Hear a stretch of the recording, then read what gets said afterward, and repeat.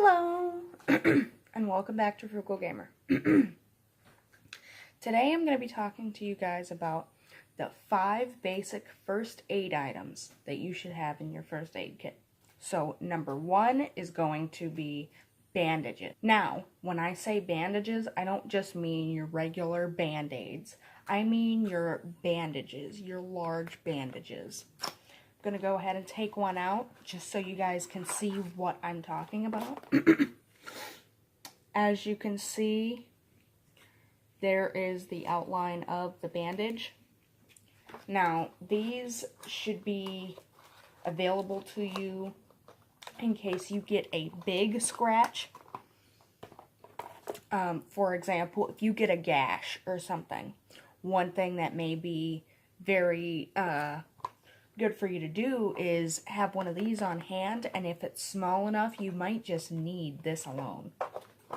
So that's just one of the many things that could help you save on hospital bills and medical bills and whatnot. And number 2 is going to be rolled gauze. Now, rolled gauze is a little bit different from your typical casting stuff for when you break a leg or you break an arm. This is what the rolled gauze looks like. I'm not going to take it out of this specific packaging, but I did take it out of its box. And mind you, a lot of these that are going to be on this list you can buy at a Dollar Tree or a 99-cent store, or, you know, just your typical dollar store where you don't have to spend more than $1 typically. Rolled gauze is good for a couple different things. For example, how I talked about gashes and whatnot, and different things. For example, I'm actually using the rolled gauze for my husband to take care of his cyst. We're using a home remedy, and it requires us to use rolled gauze for it.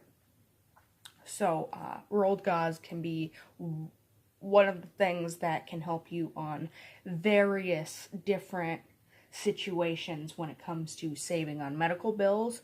If you can take care of something at home, definitely do that. But if you can't, of course, it's understandable. Number 3, which is going to be Superglue.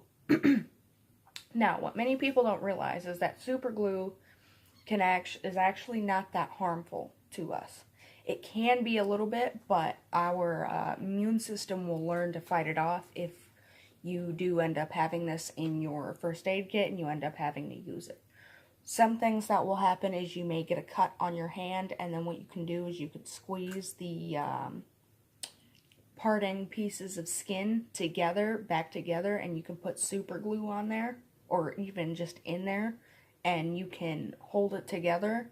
And then it basically solves your problem of, oh, I needed stitches, but now I don't. So this is one method that a lot of people do use to save money on medical bills.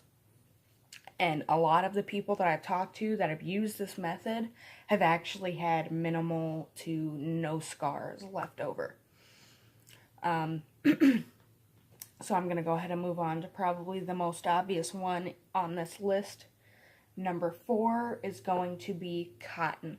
Now, depending on what kind of situation you're in is depending on if you need the cotton swabs, the cotton balls, or the cotton pads. Now, obviously, it can be any of these. I suggest having all of them on hand just so you're ready for any situation that would require you to have any of these. But cotton pads can help if you are trying to rub any alcohol or even hydrogen peroxide or any sort of liquidy substance that's going to help you either sanitize, disinfect, or even close the wound sometimes. Cotton balls are also good for that, but they are mainly used to soak up more blood. So, for example, the gash incident that I talked about, if it's very fresh, You may want to use one of these with either a cotton pad or a cotton ball under the cotton square that is already attached to it. And then cotton swabs can be good for a couple different things. For example, the super glue idea, if it's in a very difficult place where you need to hold it down, I suggest using cotton swabs for it, just because then when you release it, you don't have a whole bunch of sticky stuff on your finger. You have your cotton swab, and then you still have the other end to use as well. So what you can do is you can just cut off the used end if you don't want to use it anymore, or if you have a couple different spots where you need to stitch places up at. Cotton swabs is a really good way to be able to do that. Number 5, this is a little bit of an alternative to what I said before. Alcohol prep pads. I'll go ahead and show you. This is what they come, oh, sorry, upside down. This is what they come in. They're, you can go ahead and do that. The alcohol prep pads are already alcoholed and everything by default. They can help you if you were about to put down a cotton ball with a bandage over it, or whatever the case may be for that specific situation. But alcohol prep pads can also help to prepare for if you have a license for it. You can do your own vaccines or shots, or taking your own blood and whatnot, or anything like that. You can also use the alcohol prep pads for that use as well. These were the 5 basic first aid items that you should have in your first aid kit. Go ahead and like this video if you want to see much more. Go ahead and comment down below how you feel about the items that I've listed in this video.